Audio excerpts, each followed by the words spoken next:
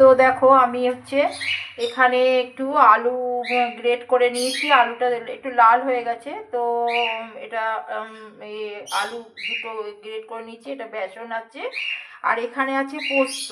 আমি ওটা পাকোড়া করে নেব। আর দেব হচ্ছে গোলমরিচ, আর দেব কালো জিরে, আর একটু চিনি দিয়েছি, একটু নুন দিলাম, ঠিক আছে। এটা দিয়ে আমি এটা এরকম করে নেব। আমি আজকে বেশি কিছু করব না, ঠিক আছে।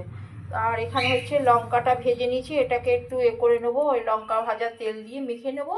আর যেটা করেছি দেখো, একটু ডাল করেছি, ডাল। তো এই পর্যন্ত। আর এটা হচ্ছে আমি তেলটা বসিয়ে দিয়েছি, দিয়ে আমি এটাকে এই বড়াটাকে আর কি করে নেব, ঠিক আছে। তো আমি যতটা দেখাতে পাচ্ছি দেখাচ্ছি, দেখো এরকমভাবে আলুর বড়া করে নেব, আর এটা করে নেব।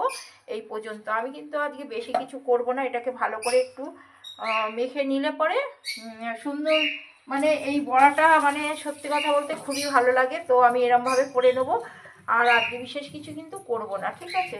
তো এটা হচ্ছে একটু কালো জিরে ফোড়ন দিয়ে দিয়েছি, হিং ফোড়ন দিয়েছি, দিয়ে আমি এই বড়াগুলোকে একটু করে করে ভেজে নেবো। তো আমার একটু টাইম লাগবে, আমি বেশি একটা বড় করব না। তো চলো এরকম করে আমি বড়াগুলোকে এরকমভাবে ভেজে নেব। আমি খুব একটা বড় করে